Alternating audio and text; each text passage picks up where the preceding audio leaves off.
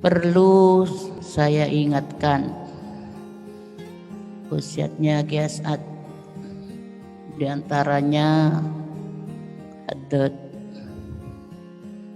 Kenapa kok sampai Kiai As'ad itu berwasiat santrinya diwajibkan mengamalkan atau membaca rawatibul haddad? Ini ada sejarah yang positif. Dulu pada zaman penjajahan Belanda dan Jepang,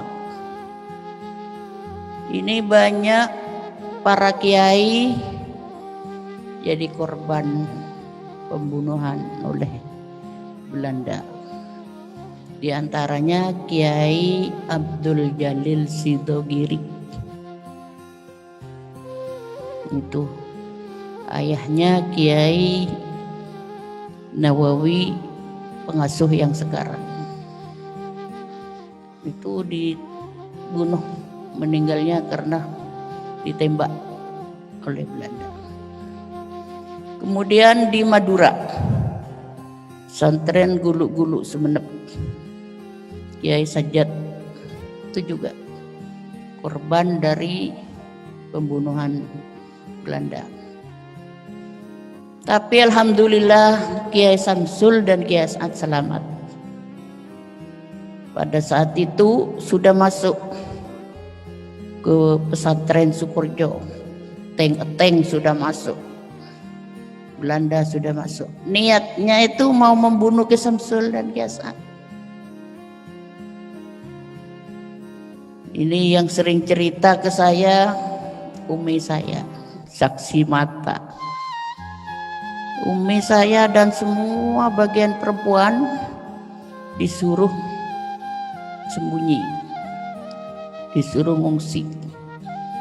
Kalau Kiai As'ad di penjara pada saat itu karena membabat Sukorejo itu, di penjara. Kemudian Kiai Samsul sendirian yang menghadapi Belanda, yang lain tidak boleh baca rawatibul haddad. Kiai Samsul itu dibacakan ke kacang hijau, artak katanya orang Madura, sambil megang kacang hijau dibacakan haddad. Setelah dibacakan haddad ditabur seluruh pesantren. Jadi kalau Kiai Samsul, kacang hijau bisa jadi senjata. Kalau santrinya kacang hijau dimakan. Kalau di Pamekasan ada es kacang hijau. Di sini ada es kacang hijau. Jadi bubur kacang hijau kalau santrinya. Tapi kalau Kiai Samsul jadi senjata. Akhirnya Belanda itu yang mau membunuh tidak jadi, karena ya tidak bisa meledak tanknya itu. Semuanya swan ke Kiai Samsul. Ditanya oleh Kiai Samsul, untuk apa Tuan datang ke saya? Saya swan Kiai. Berbincang-bincang, apa isinya pembicaraan Belanda dengan Kiai Samsul. Dia cerita, saya kalau di Sidogiri berhasil Kiai, di Madura berhasil, tapi di sini kenapa tank saya ini kok tidak bisa? Jadi pesantren di sini suci, dianggap Sukorejo itu pesantren suci. Apalagi Kiai As'ad waktu penjajahan Jepang, dijajah oleh Jepang. Jepang itu masuk ke daerah Jember. Kiai As'ad baca rawatibul haddad. Jepang yang masuk ke Jember itu tidak kerasan dengan dibacakan rawatibul haddad. Makanya santrinya diwasiatkan disuruh membaca rawatibul hadir. Intinya untuk menyelamatkan diri, untuk pagar katanya Kiasan, untuk pagar, untuk menyelamatkan diri. Di antaranya lagi apa? Kalau punya santri makin banyak santrinya. Kalau punya usaha makin sukses usaha, barokahnya rawatibul. Bukti apa? Sukorjo. Bukan saya ngicap, tapi bukti. Tiap pergantian pengasuh pesantren Sukorjo santrinya makin banyak. Benar. Iya. Pendidikannya makin maju. Dulu Kiai Samsul baru mendirikan Sukorjo 10 tahun santrinya 10 orang. 10 orang. Setelah Kiasat ribuan. Setelah Kifawaid puluhan sekarang ditambah ada Kezaim belasan ribu ini. Jadi ini bukti dari pertama cuma 10 orang, ribuan orang, 10.000 lebih, kemudian sekarang berapa? 16.000. Jadi ini bukti. Usahanya Sukorjo ya makin sukses. Bahkan tetangga-tetangga kebagian sukses. Yang datang ke Sukorjo itu bisa punya usaha. Insya Allah di sini ada yang sukses usahanya. Siapa ya? Siapa? Apa tuan rumah yang rumahnya ditempatin saya? Benar. Usahanya sukses. Ya bukti juga punya rumah ditempatin saya. Kalau tidak sukses kan tidak kira banyak rumahnya. Nah, mudah-mudahan yang lain ini sama. Barokahnya hadat. Apalagi untuk apa hadat? Selain menyelamatkan diri, sukses usaha, sukses santrinya. Lima apa ya? Ya. Ke-NU-an. Ini ngabdi di NU. Ekonomi yang kelima mengangkat ekonomi masyarakat. Jadi kalau punya usaha angkat masyarakat kecil, apalagi alumni, teman-temannya alumni yang belum punya usaha itu angkat, kasih apa? Kasih modal atau kasih kerja, itu namanya ngangkat ekonomi masyarakat. Yang terpenting NU ini apa katanya Kiasan? Santri saya kalau keluar dari NU tidak ngabdi kepada pendidikan NU, maka jangan bersama saya nanti di akhirat. Karena nanti di akhirat seperti ada pengawalnya. Bagi santrinya yang tetap NU oleh Kiasat akan dikawal bersama beliau. Kemana tujuannya? Ke surga. Amin Allahumma amin. Jangan kena pengaruh ajaran-ajaran yang bukan NU. Jangan kena pengaruh. Jadi harus ingat ke-NU-annya Kiasat. Ikhlas, jujur, nah itu lagi. Jadi ini yang terpenting juga. Ikhlas dan jujur. Jangan jadi santri yang tidak jujur.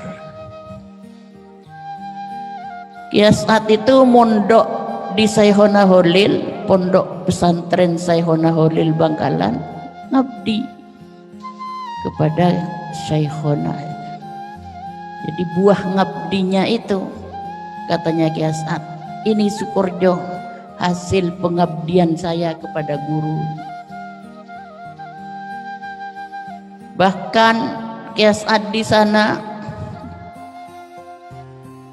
tidak segan-segan untuk membandikan kudanya, untuk membuang kotoran kuda. Memang saat itu Ki As'ad itu pamit ke Ki Samsul, saya mau mondok ke Syekhona Holil Bangkalan, mau ikut kakak saya Ki Zaini Mun'im, pendiri pesantren Nurul Jadid. Itu dengan Ki As'ad dua pupu Minduan. Kiai Mun'im itu sepupu dengan Nyai Nursari. Nyai Nursari itu istrinya Kiai Ruham, sepupu. Itu mondok ke Syekhona, pamit ke Kiai Samsul. Apa katanya Kiai Samsul? Kamu mondok ke pesantren Syekhona Holil ngabdi, bahasanya. Tidak ada kata-kata ngaji, disuruh ngabdi. Tapi nyampe di sana, sudah nyampe, sejarah perjalanan singkat, langsung disambut oleh Syekhona Holil. Ditunjuk, disambut, apa katanya? Zaini, kalau mau ngaji dekat musola. Jadi asramanya di sana, di dekat musola. Kalau As'ad, dekat ini rumah saya, di Tepas. Kalau bahasanya Sukorjo itu di Tepas, depannya Telem. Kalau As'ad, di sini dekat rumah saya. Kalau saya mau nyuruh-nyuruh, supaya gampang. Jadi sudah diketahui kalau Ki As'ad pesannya dari abahnya disuruh ngabdi. Tapi kalau Ki Zaini pesannya abahnya disuruh ngaji. Beda kedua kiai itu. Satu saat dikumpulkan semua santri. Siapa yang bisa nyari kayu bakar? Saya hari Jumat depan ini, hari Jumat ini akan ada tamu. Siapa yang bisa nyari kayu bakar? Tidak ada yang bisa jawab kecuali Ki As'ad. Saya kiai yang siap cari kayu bakar. Ternyata kenapa kok Ki As'ad siap? Bekalnya dari Kiai Samsul 3 apa, kalau wadahnya tape itu namanya apa? Besek. Kalau Kiai Zaini koper, tas, dibuka isinya kitab. Bekalnya dari abahnya, dari Kiai Mun'im. Kalau Kiai As'ad besek 3. Yang satu isinya itu kalau ngupas kelapa. Kalau katanya orang Sukorjo itu pireng. Kalau katanya orang Madura, rumahnya abahnya ini bedok. Tahu bahasa kalian? Pokoknya alat untuk ngupas kelapa. Nah, itu Ki As'ad dibekal itu. Satu besek lagi, besek yang satunya isi bijinya asam. Aneh kan? Orang mau mondok dibekali itu. Apa kalian sama itu? Yang satu besek lagi isinya cangkaro, bahasa Maduranya. Nasi yang sudah bau dijemur, dicuci, dijemur, setelah kering itu bekalnya Ki As'ad. Ada yang mengatakan apa sekarang? Nasi aking. Ya. Jadi 3 itu. Ki As'ad sudah sanggup sebelum melihat apa isi besek itu. Nah, jadi nyambung antara Ki As'ad dan gurunya. Dibuka ada alat untuk motong kayu.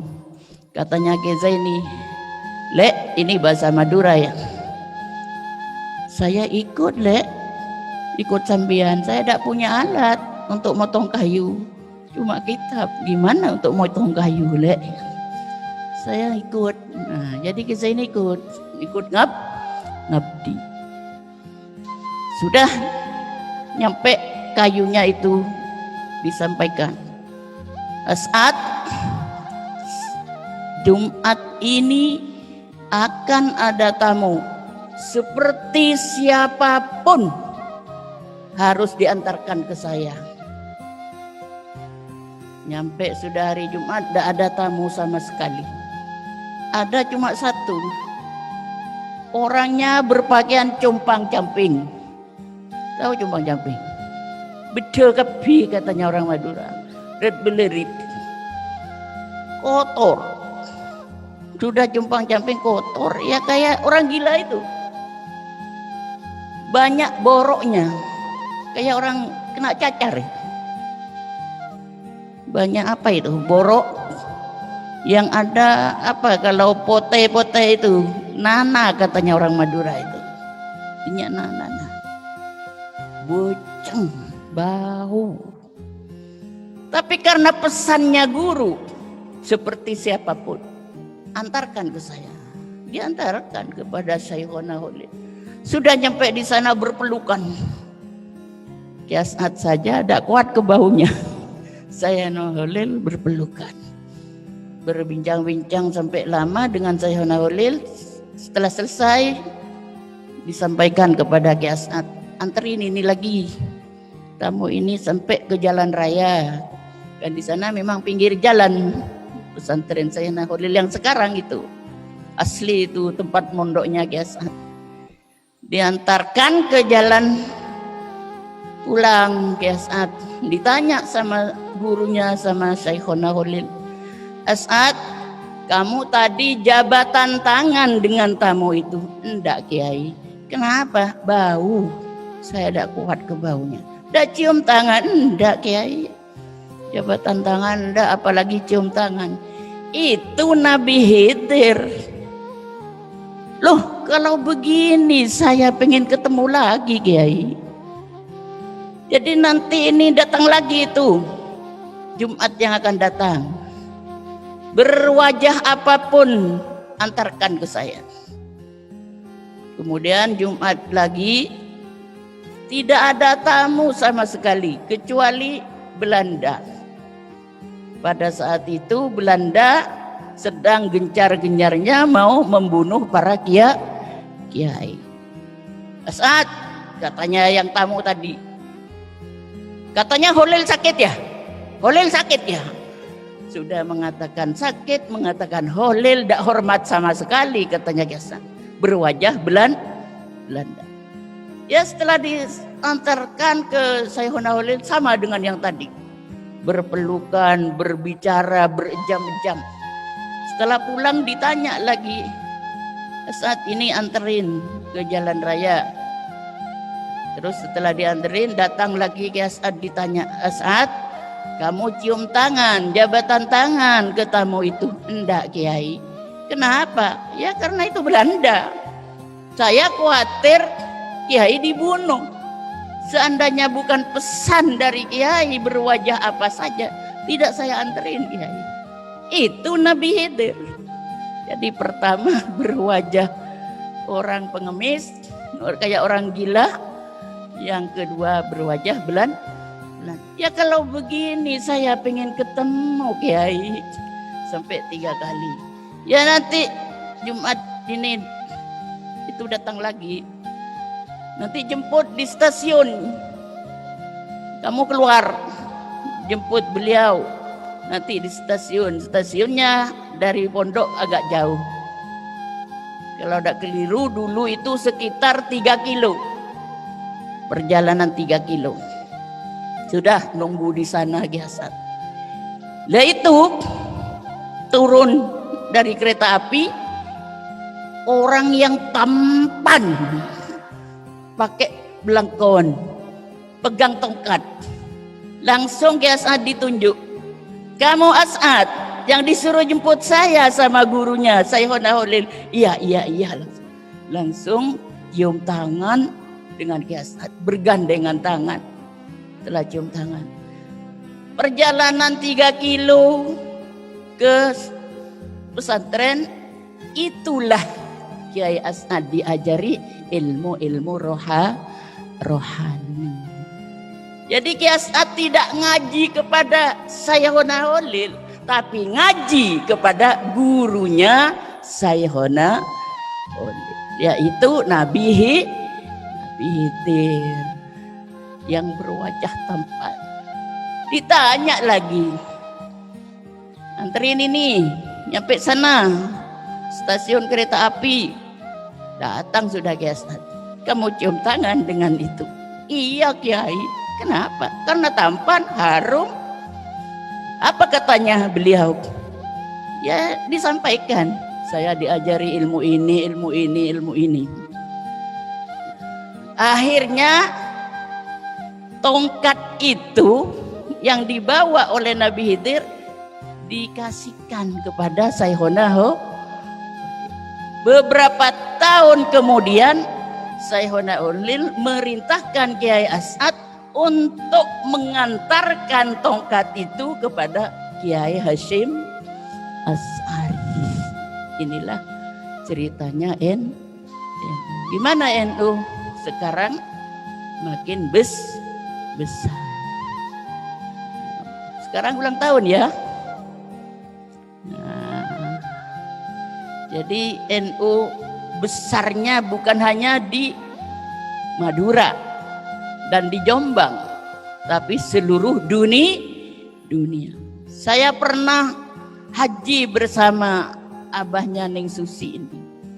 Di sana disambut oleh NU dan muslimat NU. Diadakan pertemuan kayak ini. Kalau ini kan Ikmas dan Iksas. Kalau di Jeddah NU dan muslimat NU. Karena abahnya ini Rois Syuriah Jawa Timur dan jajaran Syuriah PBNU. Jadi yang nyambut di sana NU dan muslimat. Jadi besarnya NU. Kemudian yang ngantarkan tasbih juga. Kalau kalian ingin tahu sejarahnya itu, biasanya yang sering ditayangkan di TV Asyarif. TV Asyarif pesantren. Jadi kalau pengen tahu, minta filenya ke anak-anak Asyarif. Itulah sejarahnya. Di sana sejarahnya Kiai As'ad yang mengantarkan tasbih dan tongkat. Nah, jadi ini kenapa Kiai As'ad itu kok sangat kental kepada NU. Dulu kalau pidato, saya ini NU, pakai bahasa Madura, engkau ria NU, mulai dari bulu na kolek NU, kolek NU, teking NU, dere NU, tolang NU, som NU. Ini katanya almarhum.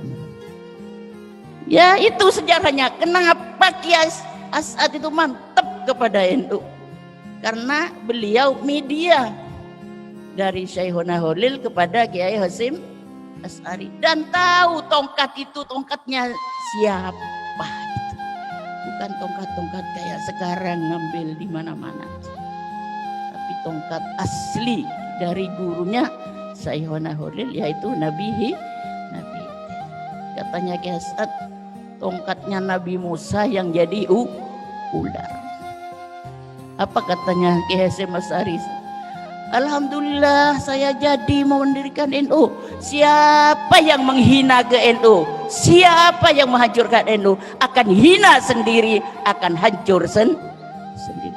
Kata bahasa Maduranya Pak, nulai. Hati-hati jangan sampai menghina atau apalagi menghancurkan NU. Ya karena itu sejarahnya itu nyambung, bukan organisasi sembarangan. Mudah-mudahan kalian dapat barokahnya.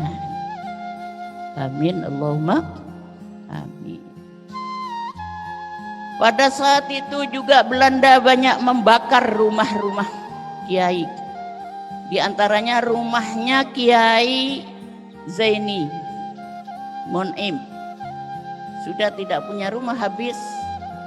Karena Sukorjo dikatakan tempat suci, ngungsi ke sana, ke Sukorjo. Kiai Zaini ngungsi. Ada Kiai Junaidi lagi, pendiri Pondok Pesantren Genteng Banyuwangi, ngungsi ke sana. Kiai Muthar, mbahnya Ning Susi, abahnya Kisitki, ngungsi juga ke Sukorjo. Sendirian di sana adiknya Ki Samsul yang namanya Ki Zainuddin, tidak ngungsi, sama dengan Ki Samsul, siap mati untuk melawan Belanda, tapi selamat juga. Akhirnya oleh Ki Samsul, Ki Zaini dikasih itu tempat Karanganyar namanya itu, Desa Karanganyar Paiton. Kenapa dikatakan Nurul Jadid? Nah, karena di sana nama desanya Karanganyar, cahaya baru. Anyar itu kan baru. Nah, jadi ini sejarahnya Nurul Jadid. Alhamdulillah sekarang maju juga Nurul Jadid. Ki Junaidi dikasih tempat oleh Ki Samsul di Banyuwangi Genteng. Nah, itu juga petunjuk dari Ki Samsul. Kecuali Kiai Muthar mbahnya ini suruh kembali ke tempatnya, yang sampai sekarang di sana pesantren Sumber Nangka, Desa Duko Timur, Kecamatan Larangan, Pamekasan. Silakan datang ke sana. Sejarahnya adiknya Ki Samsul yang selamat juga dari Belanda. Ada 2 musola di sana. Musola dari bambu. Selamat tidak kena bakar oleh Belanda. Walaupun dibakar itu tidak kebakaran. Tak ketonun kata orang Madura. Sampai sekarang sama saya dirawat, dimuseumkan. Saya pesan kepada anak-anak saya yang jaga di sana, adiknya Ning Susi ini, Ning Diah. Jaga ini ya, musola ini jangan sampai rusak. Rawat yang benar, karena ini bersejarah. Waktu Sumber Nangka ini dibakar oleh Belanda, ini tidak terbakar. Di antaranya juga adiknya Ki Samsul yang namanya Kiai Zainuddin.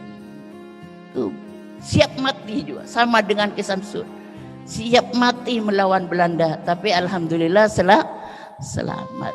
Mudah-mudahan kalian dapat barokahnya. Nanti jalan-jalan ke Madura ya. Ke Wali Madura, Sayona Hulil juga datang ke pondoknya abahnya Ning Susi, mbahnya Ning Susi, adiknya Kiai Samsul. Kenapa saya jelaskan? Karena kemarin ada tamu. Sering itu tamu, tiap tahun datang ke pesantren yang Sumber Nangka Larangan. Masih kelewatan itu. Kelewatan sekitar 10 kilo lebih, 15 kiloan jauhnya, muter-muter nyari katanya 2 jam tidak ketemu. Nah, jadi nelpon saya, sama saya dikasih rutenya ya. Kalau tahu Jalan Sumeneb ada Talang Siring namanya sebelum itu. Jadi itu juga sama dengan Sukorjo, sama bersejarah selamat dari dibakar oleh Belanda. Ya, mudah-mudahan kita dapat juga barokahnya. Ini sudah hampir maghrib. Nah, kiranya sekian yang bisa sampaikan. Nah,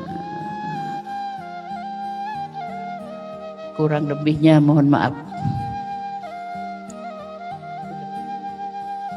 hadanallah wa iyyakum ila thoriqim mustaqim. Wassalamualaikum warahmatullahi wabarakatuh.